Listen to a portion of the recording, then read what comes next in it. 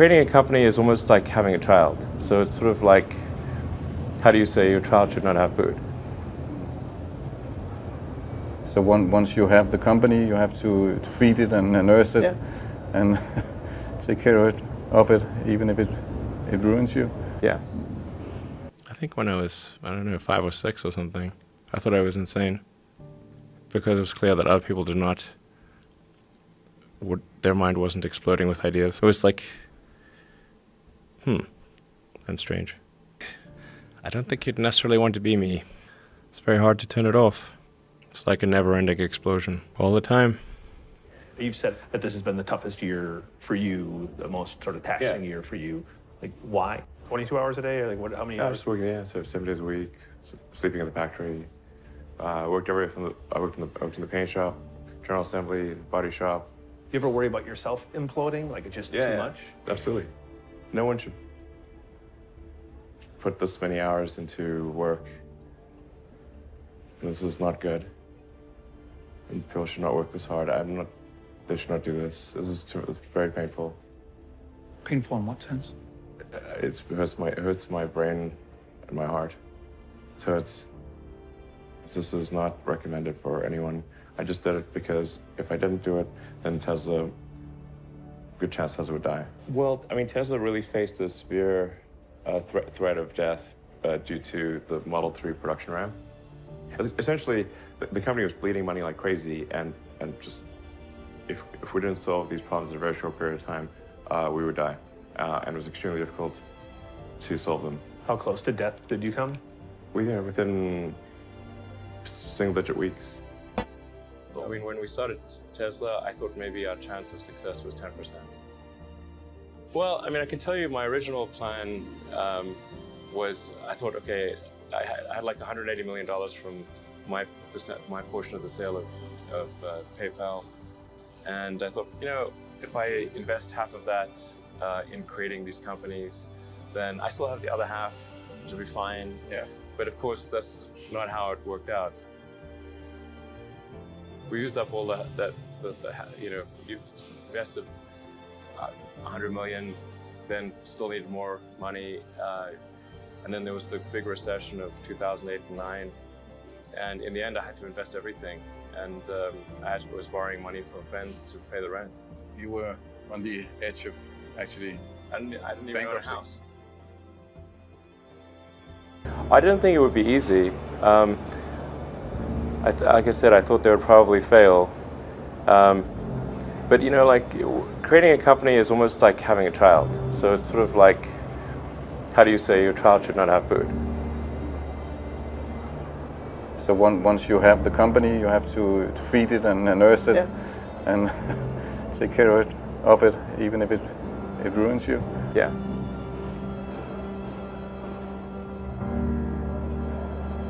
But suppose there was some tough times in 2008, end of 2008.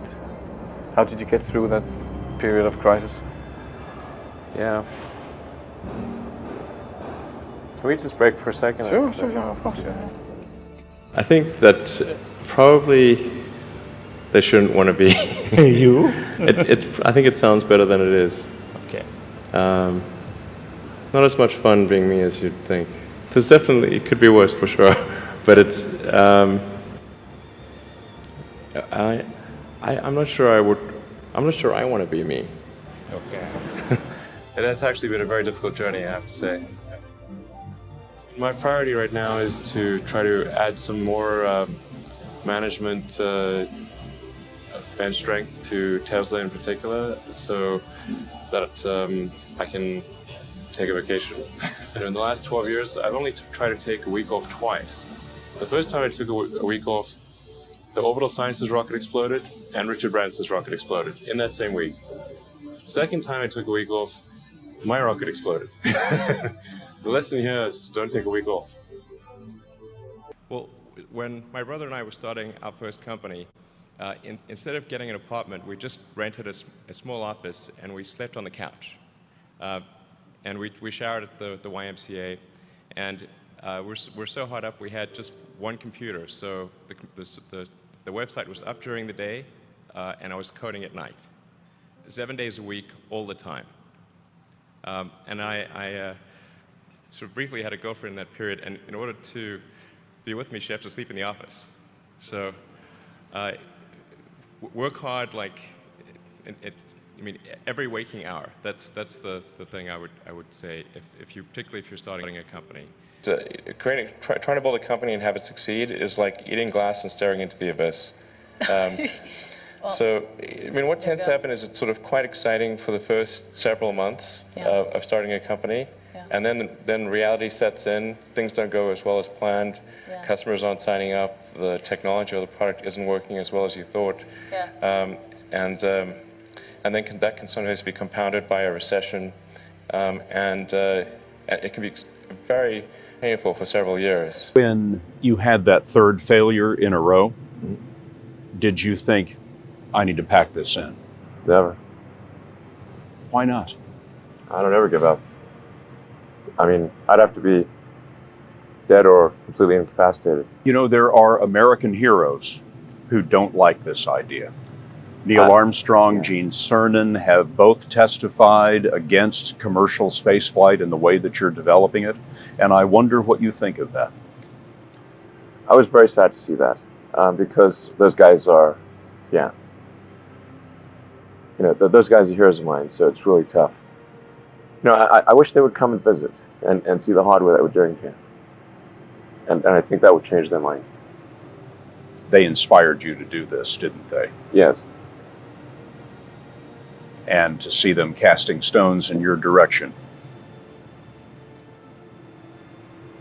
It's difficult. Did you expect them to cheer you on? Certainly hoping they would. There are a lot of negative things in the world. There's a lot of terrible things that are happening all over the world, all the time. There are lots of problems that need to get solved. There's lots of things that are miserable and kind of get you down. But life cannot just be about solving one miserable problem after another. That can't be the only thing. There need to be things that inspire you, that make you glad to wake up in the morning and be part of humanity. That's why we did this.